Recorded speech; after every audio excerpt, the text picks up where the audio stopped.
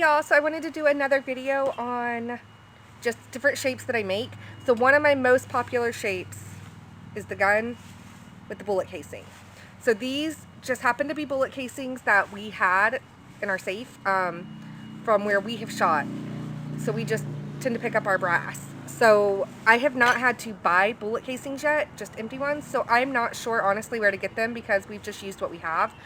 When I get to the point that we don't have any, I'm not going to go out. Ammo is like ridiculously sky high right now. So I'm not going to go out and just shoot them for freshies. Cost effective, like cost wise, that's not effective. But when I'm done with them, I'm done with them until we have more. I'm not going to go buy extra stuff to put in them. I try to use stuff that I have around. Otherwise, it's cutting into my profit margins.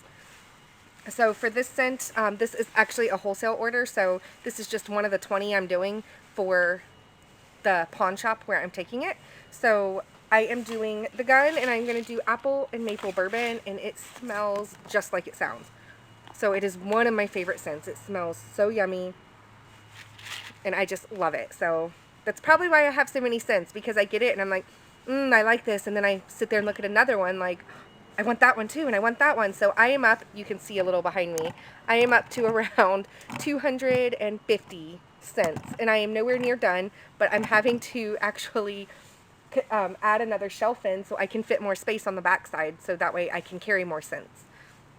Because at this moment, I'm hoping soon that the guy that's in this building right here, this side, I have a half of a unit, he has the other half. I'm really hoping that we can like push him out so I can take it over.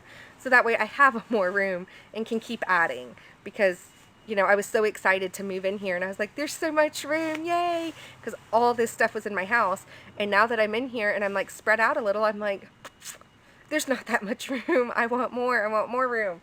So I did add about 10 new oils, so that I sell in the bottles, so that those take up, you know, space. But I'm hoping that my husband, he has the 2 units next to me on this side, which is really nice, because if I have a delivery, he has a forklift. So I can have him, you know, unload it for me, and I don't have to pay that extra. Like some places charge an extra $300 if they have to use a lift gate or something stupid like that. So it's nice to have that option. So we're kind of hoping that, you know, we have 2 and a half out of the 4 units in this building, and it's a big building. So we're hoping, you know, once he goes, then we can take over the next, you know, unit and a half that we don't have, and we can just have the whole building. So that is my goal. That is what we're hoping. Or this would be actually our ideal, would be to find property that is not sky high and to buy 20 acres. So we're looking right where we're at. There's not a great selection in our price range, and a lot of it's just our price range. You know, we're not looking to go 50 years into debt for some property. We're wanting something, you know, that we can afford comfortably and not have to drastically alter our lifestyle. So I found some beautiful property in Tennessee and in northern Idaho, and if I could convince him, I would be gone in a second, because Florida is hot. It's hot all the time, which I say that. Today it's in the 50s, so I'm actually wearing like a little windbreaker.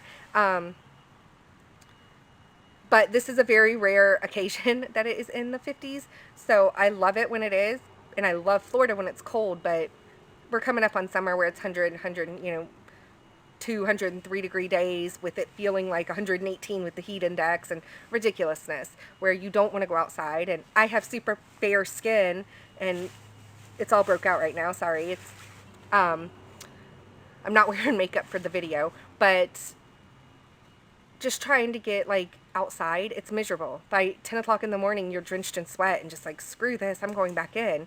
And then the kids get all, you know, they want to go swim, but then you go outside. And for me, because I have fair skin, like I seriously, one time I went to the beach. I never go to the beach because I'm so fair skinned. I go to the beach and I get sun poisoning under an umbrella wearing SPF 60. Like, are you freaking kidding me? I was out there 2 hours and I got sun poisoning. And if you've never had sun poisoning, it sucks. So I really avoid the beach, especially during the summer, because it's all touristy and there's tons of, you know, tourists there and northerners. And no offense, northerners, but going to the beach, not my thing when there's 50,000 people there. So I'm not much of a beach person, but I do love the mountains. So any chance I get, I'm dragging my husband to the mountains. Like, let's go to the mountains, even if we're just driving around sightseeing or hiking through the forests or the national parks or whatever. I love that. And I love the cold weather. I love the snow. So I would love to talk him into moving. And fortunately, my business, I'm a teacher, and I have 38 school days left, and then I will be done teaching. And I am going to be doing my warehouse full time, and I am going to be homeschooling my babies. So it was a very tough decision for me to come to. But for me, there will always be another group of students. I only get my babies once. So I'm going to enjoy my time with them while I can, and thankfully we were blessed enough for me to be able to stay home.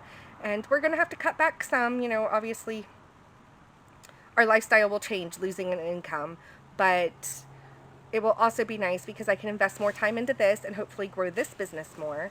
And then I can spend more time with my kids, which at the end of the day, that is what matters. I'm not going to look back in 50 years and be like, I regret not working more, or I regret, you know, not doing this at the school. But I'm never going to look back and be like, oh, there's my one baby now. Say hi. This is Lorelai. She's my 4-year-old now. So I'm never going to look back and have that regret of, you know, I didn't get to spend enough time with my kids, because I'm taking that opportunity. So when you ask anybody that's older and their kids are grown or out of the house or whatever, when you ask them, what is your regret? It's like, I didn't get to spend time with my kids. Not that I didn't take this job promotion, or I didn't work harder at work, or it always comes back to family. So, you know, if my family loses me, they will notice forever. If my school loses me, they may notice for what, a few months until they replace me. So for me, this is the choice we made, and I am very excited about homeschooling. You can do school at home with mommy. Yeah. It's going to be fun. So, go play. Mama, my scooter. I don't know where your scooter is, baby girl. Where'd you leave it? Oh, it's in the back by the oil. So, anyways, I know that's a little off topic, but now back to my gun. 1 second.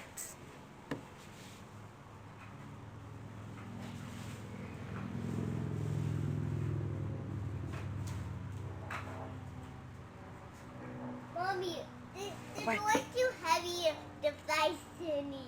Okay. All right. So I'm going to show you my gun. Okay. So for this, I do dump it into a baking sheet. This was just an old one that we had at our house. I swiped it. We didn't use it much. I tend to like to bake with glass ones at home when I'm actually cooking. So apple and maple bourbon, once again. It smells amazing. Okay, so for these, I will try to fit 4 of them on this sheet. I always do my guns in black unless requested otherwise, and I think I do that just because it's the most common color, so it is the safest. So I'm going to take my black mica. Now I do have liquid. I've not shown y'all any videos with liquid.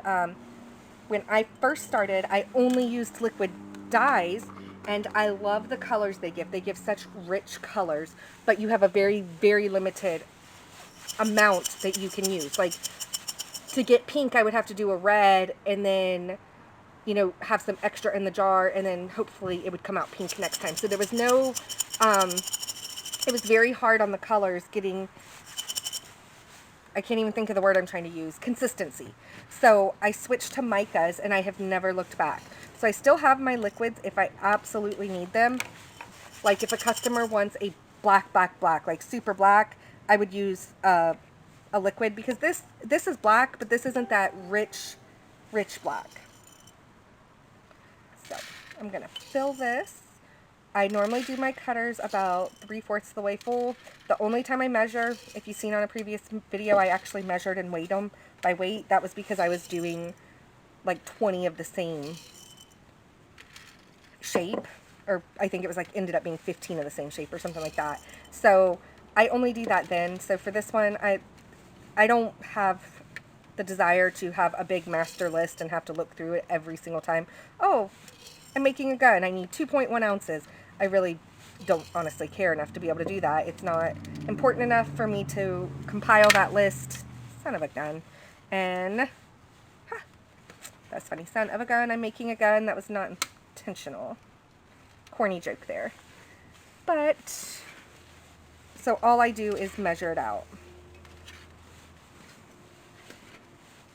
I hope that's not a precursor on how my day is going to go, because if so, I won't be making Freshies today. Do y'all ever have those days where your Freshies just all turn out wrong? You spill things, it takes you 10 times as long to do one? On days like that, as long as I can, sorry, I have something done.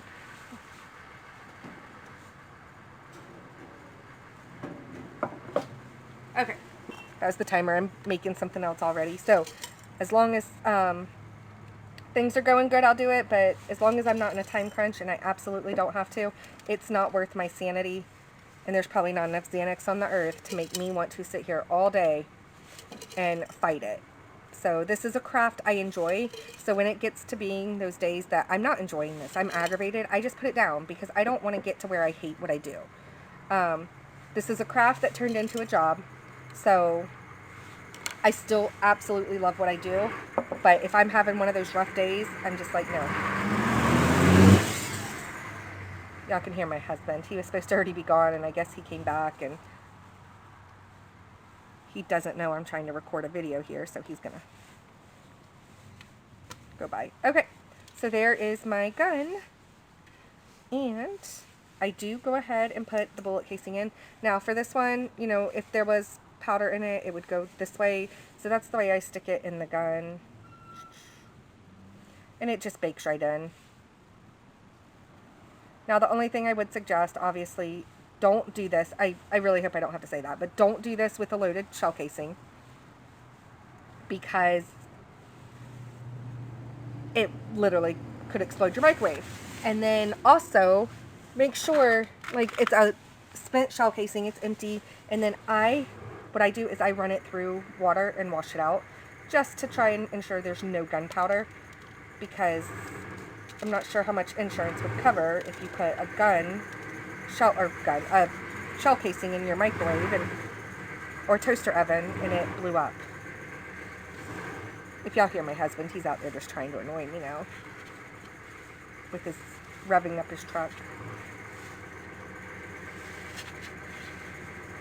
Okay, so that is going to go in at 350 for 10 minutes. And I am actually going to wait until I get the other shapes on here to do that, because I don't want to have to bake just one.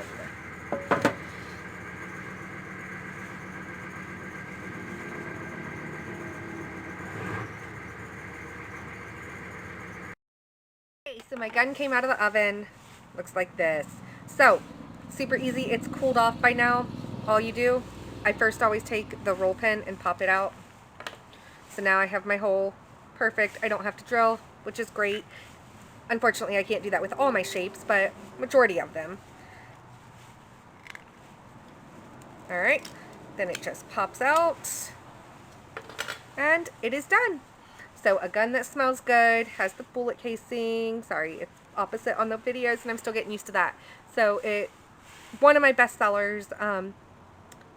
And if you have any questions, please drop them below. If you have any comments, anything you want to add to it, we're always, you know, improving our techniques and our crafts, and new ideas are always coming out. So please drop them below. Let me know. Don't forget to hit that subscribe button, and I will see you for the next tutorial. Have a good day.